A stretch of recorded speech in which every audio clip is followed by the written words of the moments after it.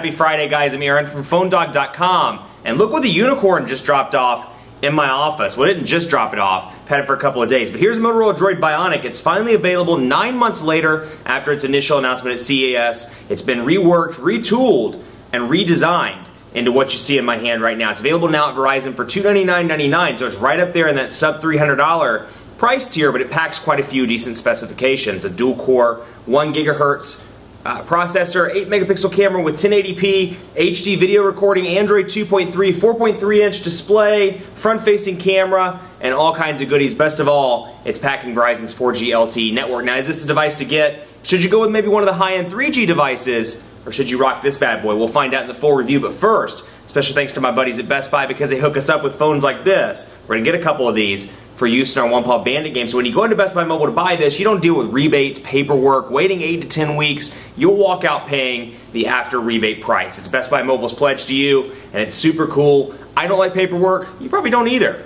Not a big fan of it. It wastes paper, wastes trees. Go with Best Buy Mobile, you'll save the rebates. Now with that, let's get into it. Full review.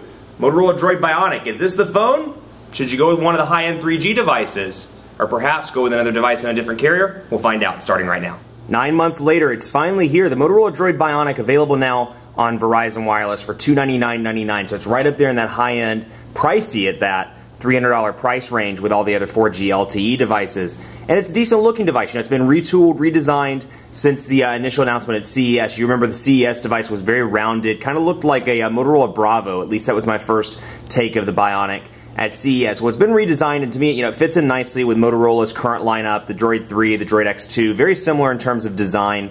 It still kind of has a nice performance, high-end feel to it, whereas it kind of felt like the other one, you know, it kind of looked like a mid-range device. Obviously, design is subjective, but at least that was always my thought. The second thing I noticed about this device is, you know, we saw all these 47 million pictures leak out prior to the launch, and, you know, I remember seeing the first side picture, and I was like, this thing is going to be huge. It's an ugly, huge, thick device. And it's big. I mean, it's certainly bigger than the 3G devices, but it's not as big as I thought it was going to be. Like, take a look at this, and you can see what it looks like. I mean, it's thick, don't get me wrong, and it's packing a big 1,735 milliamp hour battery in the back, but it's still not as thick as I thought it was going to be, and it's got these nice tapered curves around the battery door, so it just makes it feel thinner than it really is. Now, if you take a look at this, you're going to realize that it's designed very similarly to the DROID X2. You can see the camera hump here. It's not as pronounced as what you remember from the DROID X and the DROID X2, but it's still there. Over here on the left side, you have your USB, micro USB charging port, HDMI port, volume rocker over here on the right, no physical camera button, but you do have a 3.5mm headphone jack,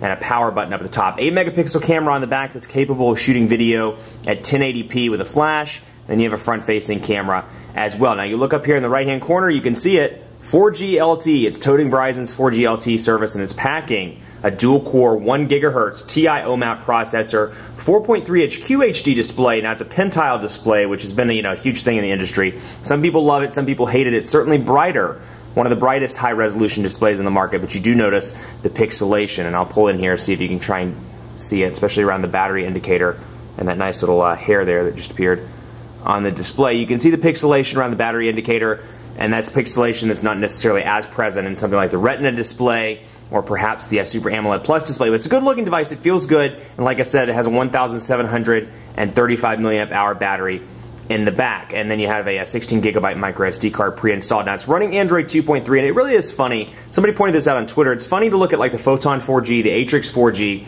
and this, all high-end devices on Motorola and on their respective carriers, all high-end devices that are running Android 2.3 in the latest build of Motorola's custom user interface, but they're also very different in terms of the design. Now you'll see the typical blue color scheme here, not a lot's changed there. When you go into the menu, the first thing you'll notice is it operates very similarly to the DROID 3 with the way it scrolls to the side instead of up and down in the typical Android format. Now out of the box you see Amazon Kindle, you see Google Books, Blockbuster, a lot of stuff pre-installed out of the box. You have device setup, City ID, let's see, GoToMeeting, mobile hotspot, Let's Golf 2, which actually Let's Golf is one of the few that you can uninstall if that's something you want to do. So we'll go ahead and uninstall that so you get an idea. But Moto Print, which is actually pretty cool, and I tried to install it, but I can't find a Mac driver or a Mac software for it. Moto Print allows you to print wirelessly to either a networked printer or using PC software. You can connect it to your PC that's connected to the computer, and you can print wirelessly. So pretty cool there. That's something that comes as part of Motorola's custom user interface. I think I said mobile hotspot. But NFL Mobile,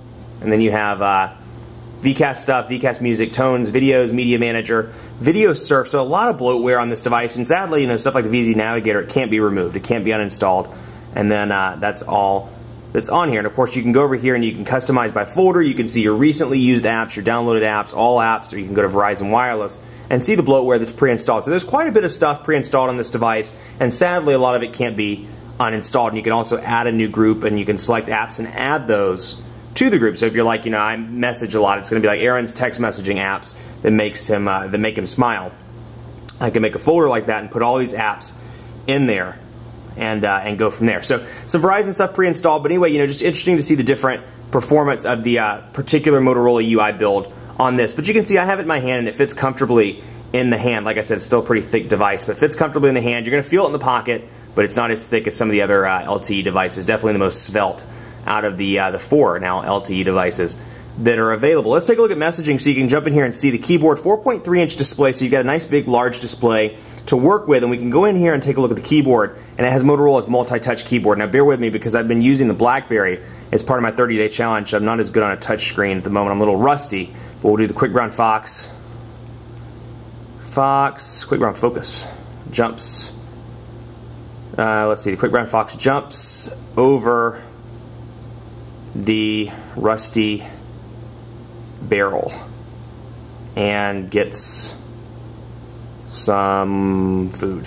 The quick brown fox jumps over the rusty barrel and gets some food. Now you can see it's pretty quick and easy to type on the Motorola multi-touch keyboard. Always been my favorite Android keyboard. It's very easy to use, and the autocorrect has always been really fantastic. Now out of the box, the autocorrect is disabled, so you got to jump into the menu and correct it if that's something you want to do. But you can also access swipe, and then you can see what it looks like in landscape mode as well. Now again, 4.3-inch display here, nice and large, and for somebody with larger fingers or big thumbs, president of the Fat Finger Club, like myself, landscape might be the way to go. But because it is a larger 4.3-inch display, you're going to get some more screen real estate with this than you would with something like the Atrix 4G on AT&T or some of these other, you know, 3.7 or 4-inch devices that are on the market. So plenty of screen real estate for even the biggest of thumbs. I think you'd be really happy with it with any size finger. But keyboard is excellent on this device. Capacitive buttons down here. You got menu, home, back, and search. And then you can see your little dock down here with your various stuff. Now you can replace stuff if you want to. If you want to bring down browser into the camera, for example, we can do that and hit replace. And you can replace your shortcuts down here on the bottom with the exception of the menu one. Now there are 5 menus. Actually, you can see it does this kind of carousel effect, very similar to HTC Sense 3.0. And then you can see each time I scroll over, it kind of presents a carousel look to it in the way it spins in and out. And you can see how the icons rather will highlight as you scroll over. So you can see this kind of sheen that comes off of like the My Data usage and the weather widget up there in the top. So you know, you get this is something that's particularly interesting on past Motorola devices, even as recent as the Photon. They have separated the Android widgets and the Motorola widgets. Now it's just widgets. And you see when you go in here, it's all Motorola widgets. You do not see any stock Google widgets, which I thought was particularly interesting. You can see, and actually I take that back, they are in here, never mind. So this is just a combination of all the widgets instead of separating them by folder. But you have some cool toggles over here, airplane mode toggle, Wi-Fi toggle, Bluetooth toggle, etc. But Motorola offers some great widgets. You know, take a look here, for example, at let's go to calendar and take a look at some of the old Man McTweety calendar events. What I really like about Motorola, and you know, they're seeing this in the latest build of TouchWiz 4.0 with the Galaxy S2 devices that are coming out in the States, you have the ability to customize the size of these widgets. So I can make it like that, I can make it a super big calendar widget, I can make it a really small one if I want to.